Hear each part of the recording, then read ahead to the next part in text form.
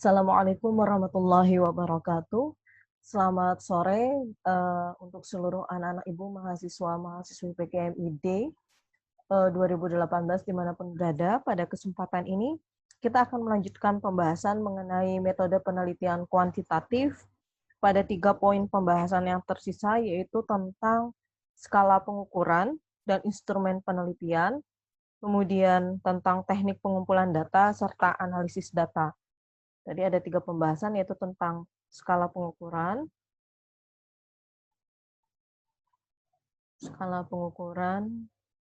dan instrumen penelitian,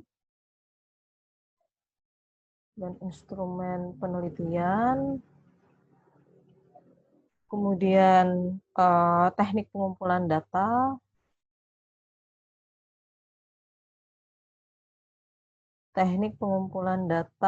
serta yang terakhir yaitu tentang analisis data. Tentang analisis data ya. Berkenaan dengan skala pengukuran dan instrumen penelitian, akan insya Allah di dalamnya akan ada pembahasan mengenai macam-macam skala pengukuran, kemudian instrumen penelitian, cara menyusun instrumen, validitas dan reliabilitas instrumen, serta pengujian validitas dan reliabilitas instrumen. Kalau di teknik pengumpulan data, ini nanti akan berkenaan tentang interview atau wawancara, kemudian kuesioner, serta observasi. Kemudian analisis data sedikit membahas tentang statistik deskriptif dan inferensial, kemudian statistik parametris dan non-parametris, serta konsep dasar pengujian hipotesis, seperti itu. Nah, terkait analisis data ini, harapannya Ibu nanti anak-anak Ibu bisa membuka kembali pembahasan yang telah didapatkan pada mata kuliah statistika pendidikan ya. Statistika pendidikan ya, kalau tidak salah judulnya ya, mata kuliah statistika pendidikan. Karena untuk yang nanti melakukan penelitian dengan pendekatan metode kuantitatif, tentunya tentang statistika pendidikan ini sangat berperan ya di pembahasan. Baik, bismillah, kita mulai pembahasan yang pertama tentang skala pengukuran.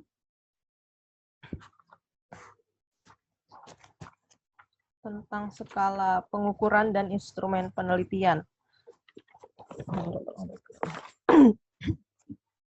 Nah, di dalam penelitian kuantitatif, tentunya peneliti akan menggunakan instrumen-instrumen penelitian yang digunakan untuk mengumpulkan data, gitu ya. Kalau di dalam penelitian kualitatif kan instrumen utamanya adalah diri peneliti sendiri, maka di dalam penelitian kuantitatif seperti yang pernah di awal-awal kita bahas, peneliti akan membutuhkan instrumen-instrumen penelitian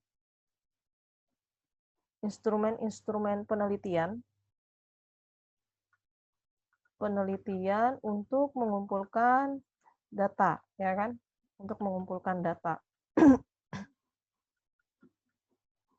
Nah, kemudian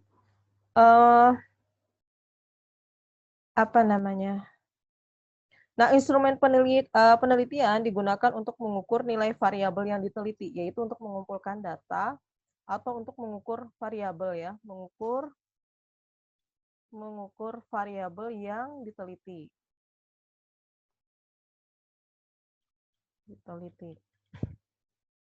Nah, oleh karenanya jumlah instrumen yang akan digunakan untuk penelitian akan tergantung pada jumlah variabel yang akan diteliti. Maksudnya seperti ini, bila penelitian kita memiliki 5 variabel misalnya, maka jumlah instrumen yang digunakan biasanya juga 5 variabel, 5 instrumen maksud Ibu. Kemudian instrumen-instrumen penelitian sudah ada yang baku atau sudah ada yang secara resmi digunakan, secara resmi gitu kan, yang sudah valid dan reliable, tetapi masih juga ada yang harus dibuat secara sendiri oleh peneliti. Nah, kemudian karena instrumen penelitian nanti akan digunakan untuk melakukan pengukuran dengan tujuan menghasilkan data kuantitatif yang akurat, maka setiap instrumen daripada penelitian harus mempunyai skala ya. Karena nanti kuantitatif itu berhubungan dengan angka dan instrumen digunakan untuk mengukur, maka instrumen-instrumen penelitian yang digunakan ini biasanya harus memiliki skala, ya, skala pengukuran. Skala pengukuran. Nah, macam-macam skala pengukuran itu di dalam di dalam penelitian kuantitatif itu ada berbagai macam, ya.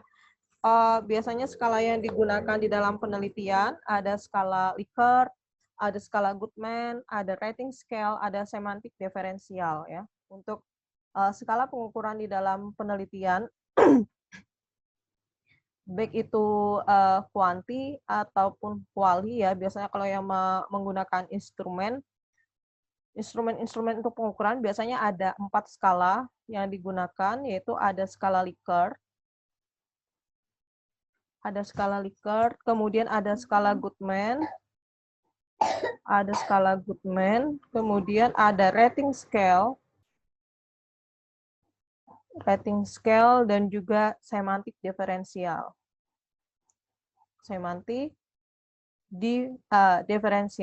Diferensial. Jadi ada 4 biasanya. Nah, keempat jenis skala ini bila digunakan di dalam pengukuran akan mendapatkan data interval atau rasio. Nah, akan mendapatkan datanya data interval atau rasio bergantung kepada bidang apa yang diukur, seperti itu, ya. Kita coba membahas satu-satu mulai dari skala Likert. Dari skala Likert, ya. Dari skala Likert. Skala Likert. Nah, skala Likert digunakan untuk mengukur sikap, pendapat, dan juga persepsi atau pemahaman seseorang atau sekelompok orang tentang fenomena sosial. Ini kita perhatikan, skala Likert biasanya tadi digunakan untuk mengukur sikap, kemudian pendapat, kemudian persepsi terhadap fenomena sosial, ya, terhadap fenomena sosial.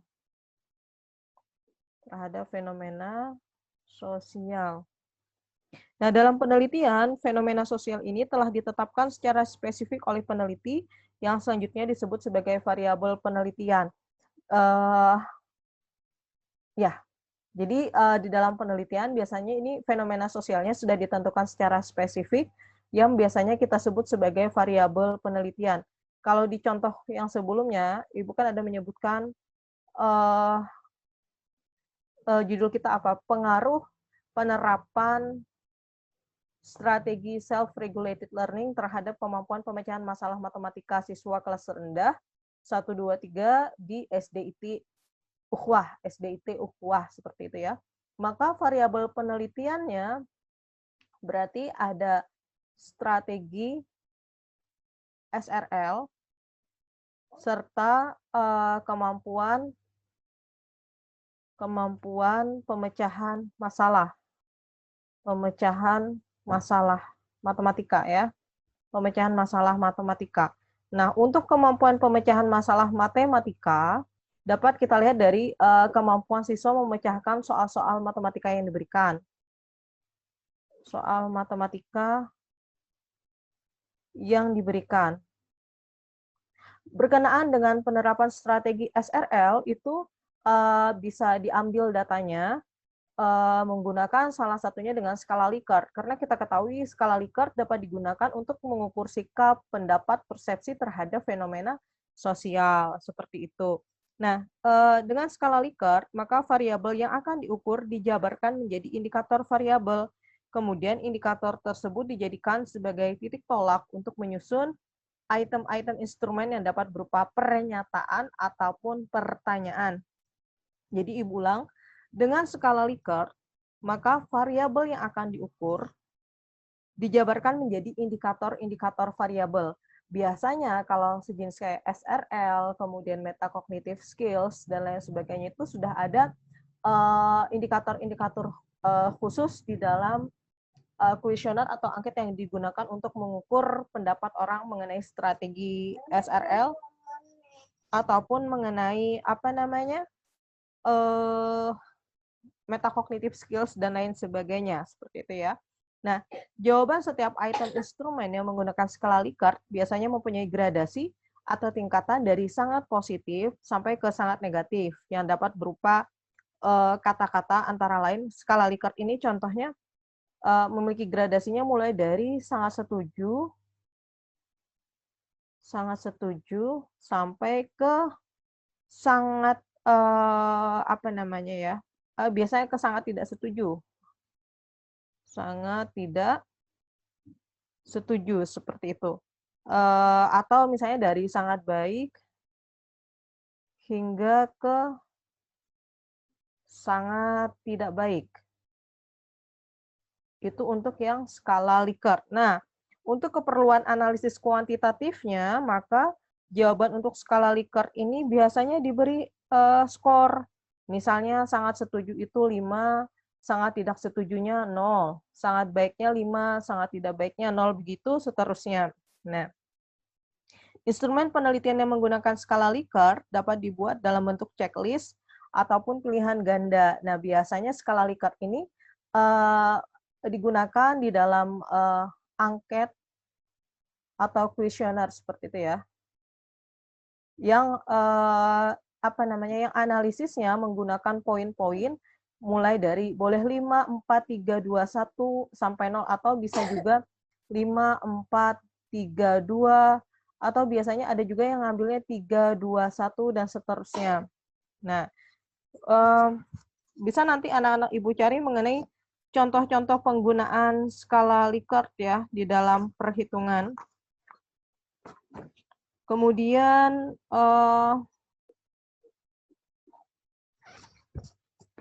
penyajiannya pun berbagai macam. Bisa tadi penyajiannya menggunakan bentuk checklist.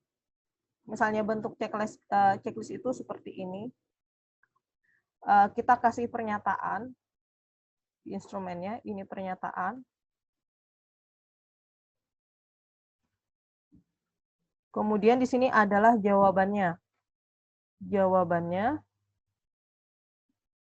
Jawaban ini sudah kita kategorikan, misalnya ada sangat setuju, apa ya, kemudian ada ragu-ragu misalnya, kemudian ada tidak setuju, ada 3 misalnya. Nanti ini kita kategorikan misalnya sangat setujunya 3, ragu-ragunya 2, tidak setujunya 1. Jadi di sini ada pernyataan, nanti kita minta responden kita untuk memberikan centang atau checklist kepada apa namanya penilaian yang mereka rasa sesuai dengan pendapat mereka seperti itu ya. Nah,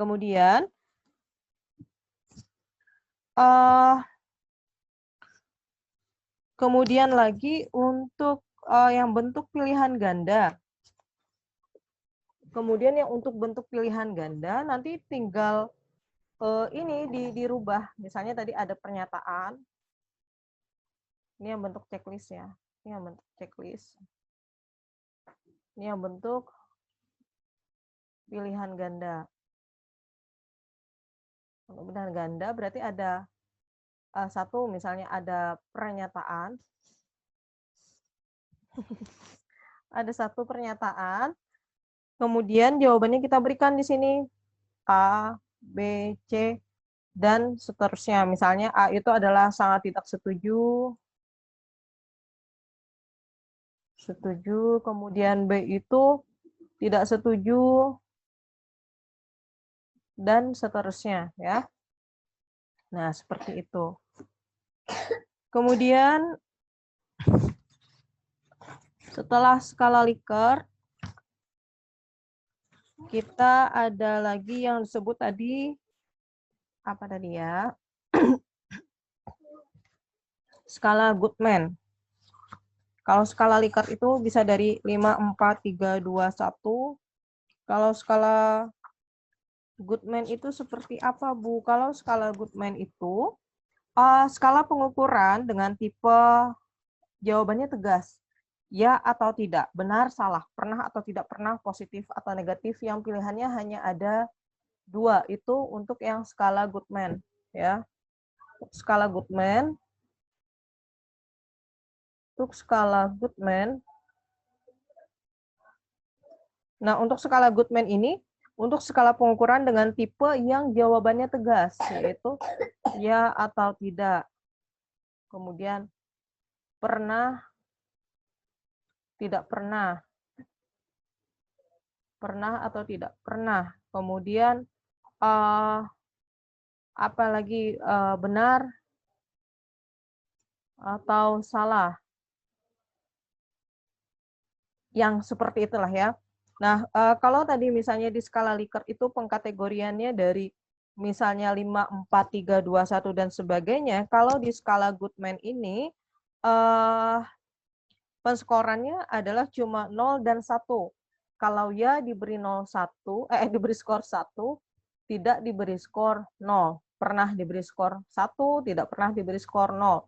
Benar 1, salah 0. Begitu seterusnya ya. Itu perbedaan antara skala Likert dan skala Goodman. Nah, kapan Bu kita harus menggunakan skala Likert atau skala Goodman? Itu dikembalikan lagi kepada peneliti. Data seperti apa yang dibutuhkan di dalam penelitiannya, jawaban seperti apa yang dibutuhkan di dalam penelitiannya. Karena kalau kuantitatif, apapun itu, selama ada angka, ketika dimasukkan ke dalam perhitungan, tentu akan menghasilkan angka ya. Seperti itu. Nah, kemudian yang ketiga tadi ada rating scale ya. Yang ketiga ada rating scale. Rating scale. Rating scale. Nah, kalau rating scale ini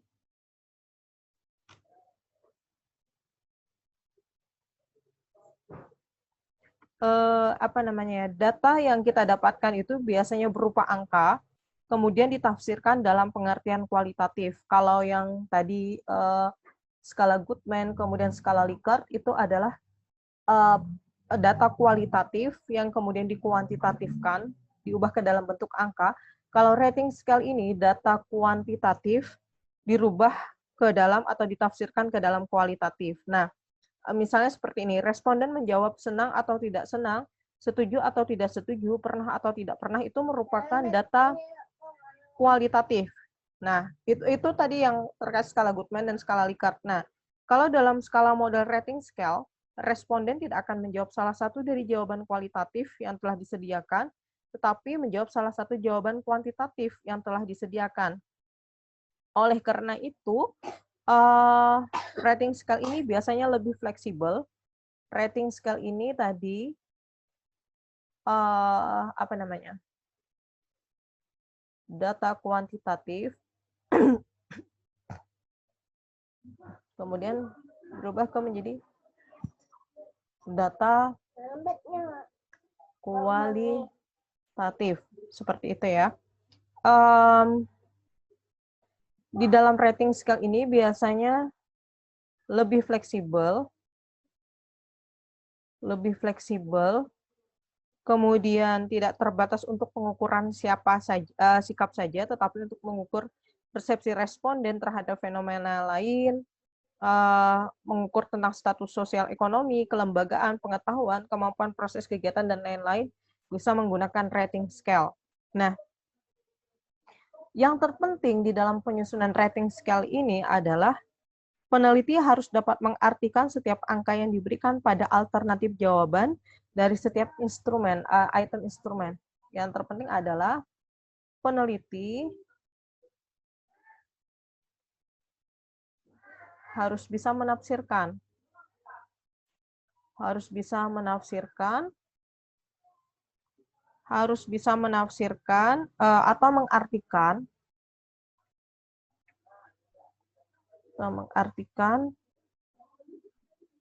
setiap angka yang diberikan pada alternatif jawaban. Setiap angka yang diberikan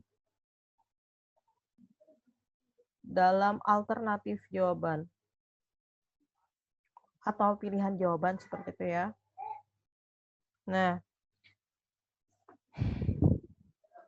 jadi seperti ini, orang tertentu, sebentar lagi, orang tertentu memilih jawaban angka 2, tetapi angka 2 yang dipilih oleh si Eva misalnya, belum tentu sama maknanya dengan orang lain, misalnya Gina Sofia yang memilih jawaban yang sama 2, seperti itu ya. Contohnya seperti apa, Bu?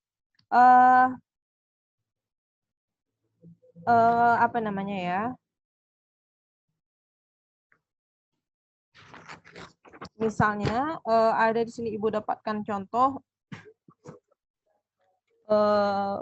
contoh instrumen ya tentang tata ruang kantor ya. Tentang tata ruang kantor ada 10 item pernyataan. Kemudian peneliti memberikan interval jawaban mulai dari 4, 3, 2, 1, sejenis memberikan penskoran seperti itu.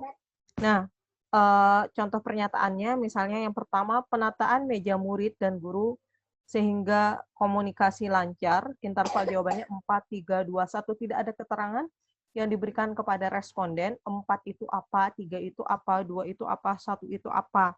Sehingga di sini dituntut kemampuan peneliti untuk dapat menafsirkan jawaban yang diberikan oleh masing-masing responden, seperti itu.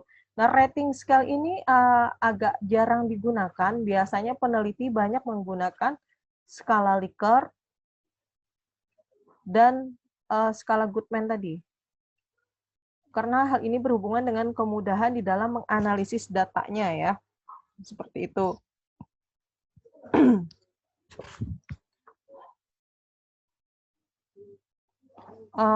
Kemudian ada yang terakhir yaitu tentang semantik diferensial ya. Semantik diferensial. Tentang semantik diferensial. Nah, untuk semantik diferensial ini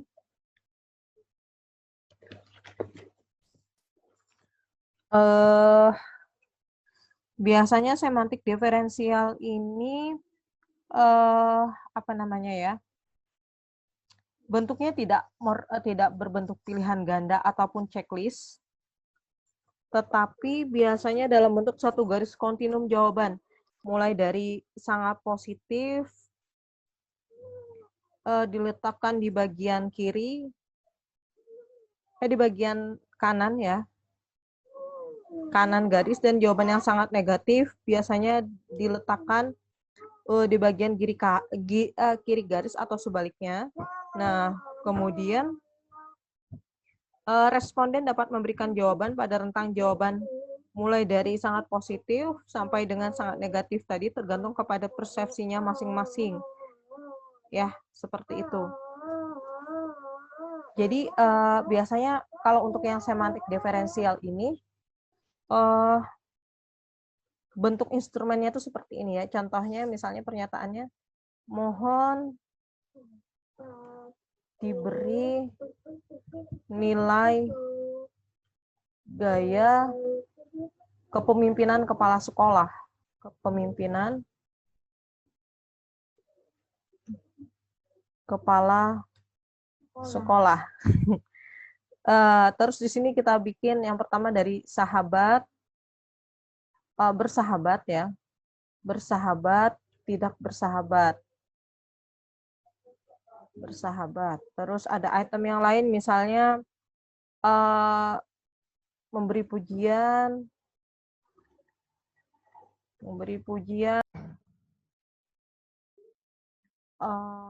kita lanjutkan, maaf tadi sempat terputus. Kemudian tadi apa namanya, memberi pujian,